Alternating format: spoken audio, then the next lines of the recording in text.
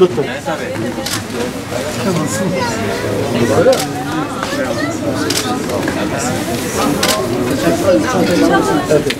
Bravo!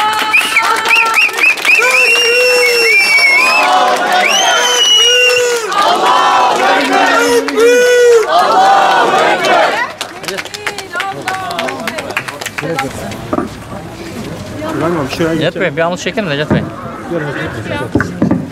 Yanıma gel Recep Bey. Sen yanıma gel. Arkadaşlar benim olduğum tarafa geçelim. Şurada toplanalım. Ramazan abi. Ben doktora gidiyorum. Recep Bey. Ramazan abi şu tarafa.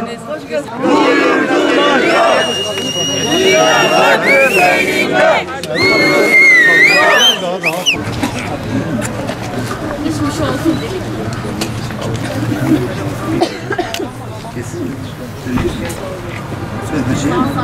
Ve selamu ala Resulüne Muhammed ve ala alihi ashabi ecmaîn. Kıymetli misafirlerimiz hepiniz hoş geldiniz. Burada bizim gurur kaynağımız Buradan giderken hepinizin selamını Gazze'li kardeşlerimize götürdüm. Ve onların da sizlere selamını getirdim. Türkiye'deki kardeşlerimize selam söyleyin dediler. Biraz kırgınlardı sadece. Hani niye bu sefer bu savaşta bizim yanımızda olmadılar? Neden hani bu savaşı durdurmak için bir adım atmıyorlar? İşte neden en azından ticareti durdurmuyorlar? Yani bizleri açlığa mahkum eden, burada açlıktan öldürmeye çalışan bir devlete neden sebze meyve gönderiyorlar? Bize çelikten yapılmış bombaları başımıza atarken neden onlara çelik ihraç ediyorlar? Bizim evlerimizi onlar yıkarken, bizim evlerimizin yerine, vatanımıza yeni yerleşim yerleri yapmaya çalışırken onlara çimentoyu siz neden gönderiyorsunuz? Yani bunları ben çok duydum, işittim. O yüzden onların bu hayal kırıklığını da buradan söylemek ve dile getirmek istiyorum. Çünkü Türkiye'den beklentileri çok fazla. Yani ben oraya uluslararası bir organizasyonla gittim. 25 kişilik bir ekiptik. Türkiye'den ben vardım. Diğer arkadaşlar Avrupa ve Amerika'dan gelmişlerdi. Yani bana onlara karşı gösterdiği ilgiden daha farklı bir ilgi gösterdiler.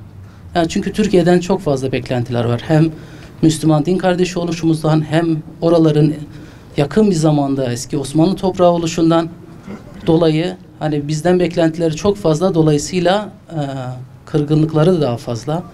Hani onu buradan söylemek istiyorum. Ben oraya gittiğim zaman bizimle birlikte Malezya'dan ve Endonezya'dan da bir sağlık ekibi oradaydı. Ve bunu görünce ben kendi ülkem adına açıkçası biraz utandım. Yani neden Türkiye gibi büyük bir ülke oraya en azından bir sağlık ekibi niye gönderemesin? Gönderebilir. Ben oraya gittikten sonra bana ulaşan yüzlerce hekim, sağlık çalışan arkadaş oldu. Biz de gitmek istiyoruz, orada hizmet etmek istiyoruz diyenler. Bunun üzerine bir çalışma başlattık. Yani bir listeler oluşturuldu, ekipler oluşturuldu. Yüzlerce hekim hazırda bekliyor. Türkiye'den en azından Sağlık Bakanlığımızın koordinasyonunda, öncülüğünde böyle bir ekip oluşturalım. En azından oraya izinler alınarak bunun diplomatik süreçlerini, izinlerini, onaylarını bakanlığımızın ön ayak olmasıyla, öncülüğüyle bunu yapalım en azından. Buradan hani Sağlık Bakanlığımıza, Sayın Fahrettin Hoca'ya seslenmek istiyorum. Yani biz sizin ne kadar merhametli bir insan olduğunuzu biliyoruz. Yani gelin bu konuda bize öncü olun.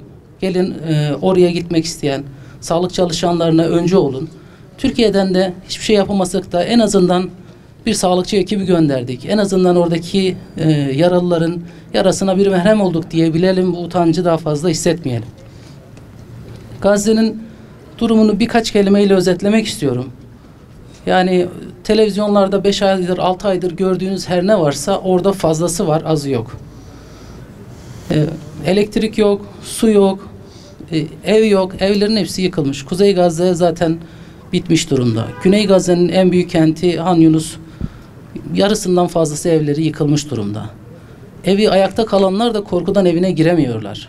Gelip hastanelerin çevresinde, hastanenin içinde bir çaputtan, bezden bir çadır haline getirip oralarda yaşıyorlar. Yani hastanelerin merdiveninde dahi, merdiven boşluğunda dahi 5-6 kişilik çocuklu bir aile yaşıyor. Yani hastaneler zaten ayakta kalan hastane yok. 2-3 tane hastane kalmış. Ameliyat yapılabilen bir iki hastane var. Bazen bazı günler 50-60 tane yaralı aynı anda getiriliyordu enkazdan. Yani çok acil olmasına rağmen aralarında seçip bazılarını ameliyat edebiliyorduk. Yani ameliyathane salonu yok diye beklerken kaybettiğimiz hastalar oldu. Yani buna biz sağlıkçılar olarak bile yüreğimiz dayanmadı yani. Yani biz bunu işe alışık olanlar olarak bile yüreğimiz bu işe dayanmadı.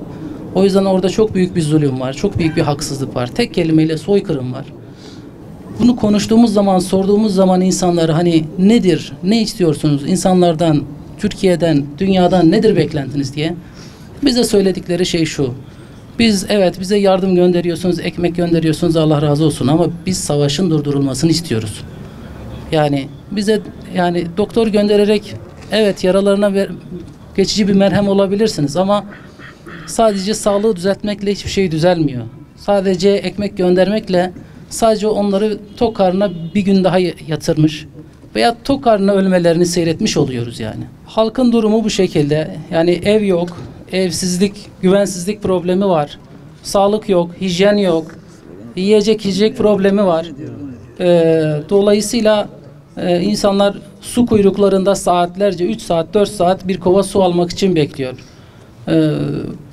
Hijyen yok, tuvalet yok. Bir tuvaletin önünde yüzlerce kişi sıra bekliyor. Yani bu insanlığın kabul edebileceği bir şey değil. Yani insanlık öldürülüyor orada. Bunun için de yapılabilecek en önemli ve en kesin çözüm savaşı durdurmak için yapılacak her iştir. Dolayısıyla en büyük hayır da bu savaşı durdurmak için atılacak adımdır. Buradan da ben bunu yapabilecek güçte olan bütün hem ülkemizin yöneticilerine hem dünyadaki bütün ülkelerin yöneticilerine buradan seslenmek istiyorum. Gelin bu en büyük hayıra siz vesile olun. Gelin üzerinize düşeni yapın. Hem tarih sizi izzetle, şerefle ansın.